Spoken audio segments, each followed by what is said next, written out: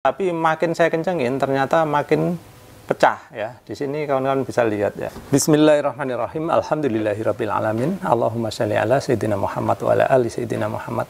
Kawan-kawan, dalam video kali ini kembali saya membicarakan tentang mur tangki ya. Karena apa? Banyak orang yang masih belum paham, terus bertanya-tanya, Pak, yang benar mana, terus kualitas yang bagus mana, dan segala macam.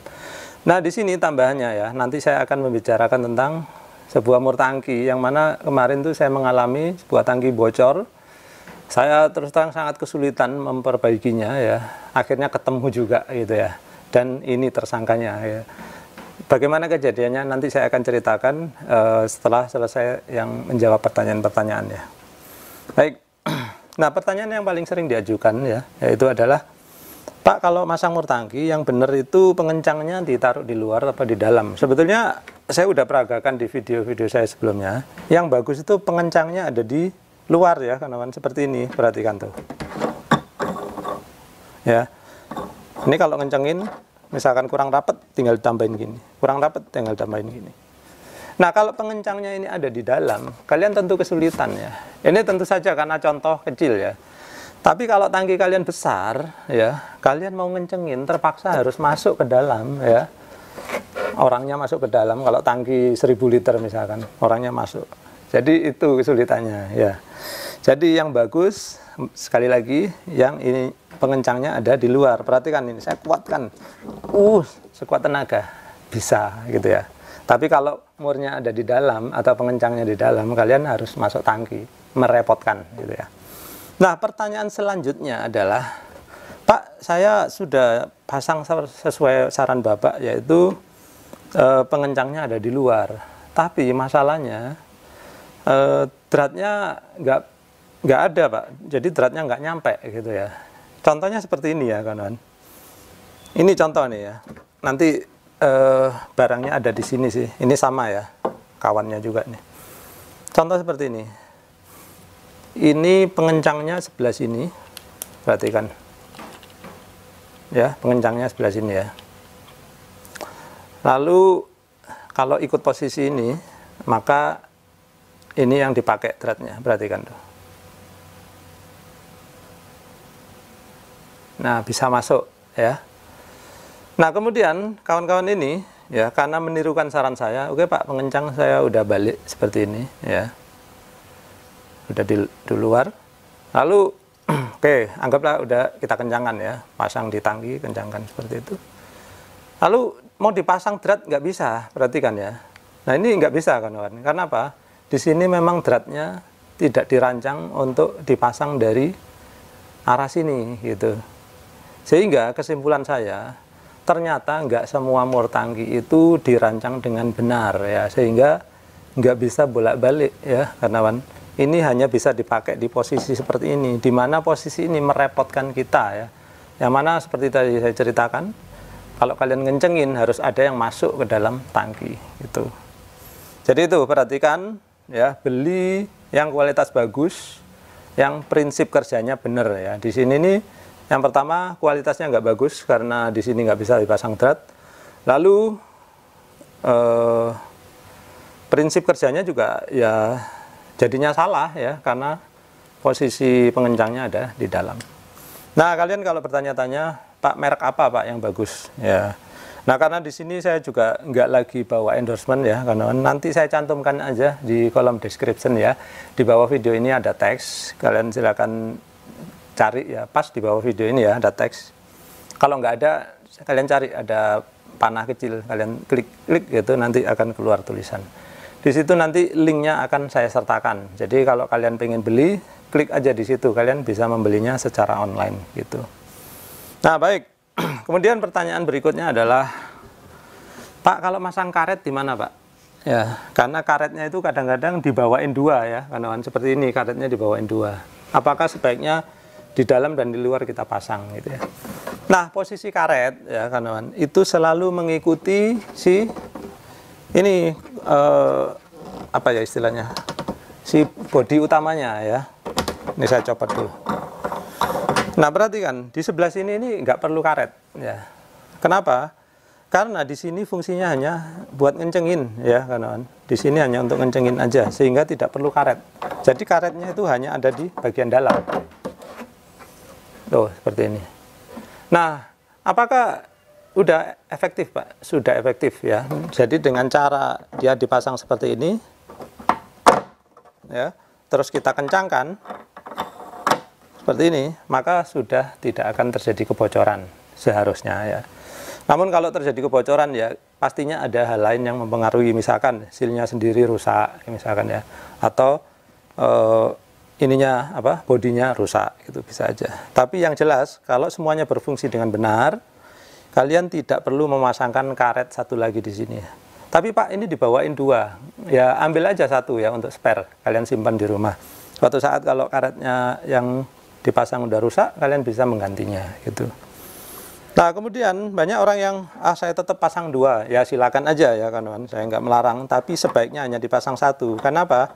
Kalau kalian pasang dua, ketika proses kalian ngencengin, justru tenaga kalian harus melawan karet yang ada di sini ya. Karet sendiri itu kan memberikan penahanan ya, jadi seret gitu ya. Nah, kalau nggak ada karetnya, enak ngencenginnya, perhatikan nih. Tuh. Nah, kalau kalian kasih karet bisa mental-mental ya, apa mental-mental gitu ya, melawan karetnya gitu. Jadi seperti itu ya, mudah-mudahan bisa menjawab pertanyaan-pertanyaan dari beberapa kawan ya. Baik, selanjutnya kita akan bahas yang ini tadi ya, kawan. Kawan-kawan perhatikan ya, ini sudah benar ya. Jadi benarnya bagaimana? Perhatikan ya. Dratnya sini udah bagus ya. Drat sini bisa dipasang, drat di sini bisa dipasang ya. Kemudian model pengencangannya ya, arahnya juga udah bener ya. Arah mur pengencang ya kawan. Itu yang benar itu ke arah kiri ngencenginya ya. Kalian perhatikan tadi ya, dari sini sama juga. Ini kalau mau ngendorin ke kanan ya. Jadi ini kebalikan dari drat-drat umum. Kalau ngencengin ke kiri, perhatikan. Tuh. Nah, seperti itu. Jadi yang ini sama ya. Jadi secara desain udah bagus, ngencenginnya ke arah kiri. Lalu saya kan mengalami kebocoran tangki yang memakai ini ya. Nah, kemudian saya kencengi ya karena bocor ya. Saya kencengin, udah kenceng banget ya, bahkan dibantu pakai kunci pipa. Masih juga bocor gitu ya, kawan. Nah, kemudian akhirnya saya buka, saya bersihkan ya, mungkin ada kotoran yang mengganjal, saya pasang lagi, kencengin lagi, masih juga bocor gitu ya.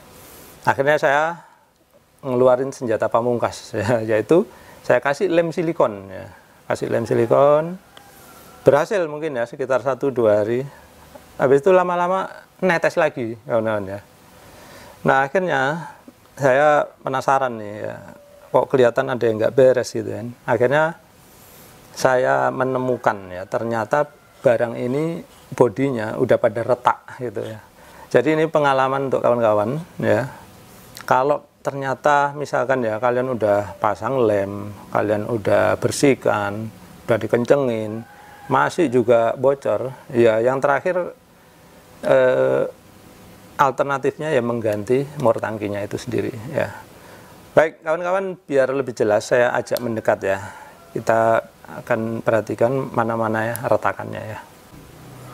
Baik, ini dia yang mur tangki yang tadi saya bicarakan ya kawan-kawan. Baik, kita akan coba buka dulu pengencangnya. Perhatikan, oh ya, saya sendiri sering salah mutar ya. Yang bagus itu pengencang kalau membuka itu ke arah kanan ya. Kalau yang bukanya ke arah kiri berarti kurang bagus konstruksinya. Ini secara konstruksi udah bagus ya, karena tadi yang bukanya ke arah kanan. Nah, lalu kita perhatikan ya, apa masalahnya. Nah, ini ya, kawan-kawan. Tadinya sudah saya kencengin ya, dengan karet tadi, ternyata masih bocor. Rupanya ya, di sini sudah mengalami keretakan ya. Tadinya itu nggak kelihatan ya, karena putih semua. Lalu ini menjadi kemerahan karena saya tetesin betadin, kawan-kawan ya. Jadi betadin ini meresap ya, dia menjadi penetran atau merasuk ke dalam retakan-retakan. Jadi kawan-kawan bisa lihat ya. Nah, ini yang terdapat garis di sini ya, paling bawah. Ini sudah bukan drat lagi ya, tapi ini retakan. Sudah ya hampir kira-kira 1/4 lingkaran ini ya, retakannya. Jadi apa yang terjadi? Ya, rupanya retakannya udah menjalar kemana-mana, kawan-kawan. Perhatikan ya, sampai ke samping sini, tuh ke sana ya. Nah, kemudian sampai ke belakang sini, gitu. Nah, sehingga apa yang terjadi? Ya, tadinya kan di sini udah ada karet ya, penyekat antara bodi mur tangki ini dengan dinding tandon atau tangki. Namun ya, karena meskipun di sini udah ada karet, karena di sini retak ya, air tembus melalui retakan ini ya, kawan-kawan, lalu menjalar ke tengah sini. Ya, jadi kalau udah ke tengah sini, akhirnya karet yang ada di dinding tadi nggak ada fungsinya, karena air kemudian menjalar melalui thread ini.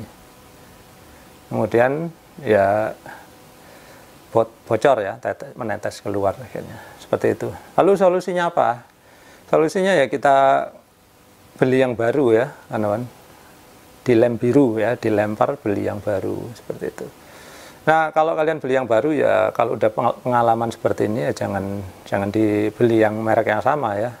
Saya sih akan beli merek yang lain kira-kira ya, yang lebih kuat gitu.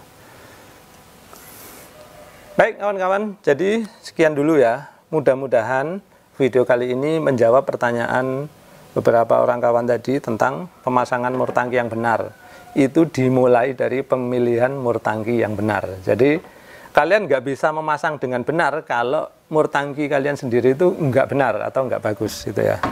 Kemudian ini tadi share ya, mudah-mudahan kalau kalian ada yang mengalami outlet atau mur tangki yang selalu bocor ya, ada kemungkinan memang mur tangkinya udah nggak beres lagi. Sekian dulu dari saya, mudah-mudahan konten kali ini bermanfaat. Terima kasih sudah menyaksikan.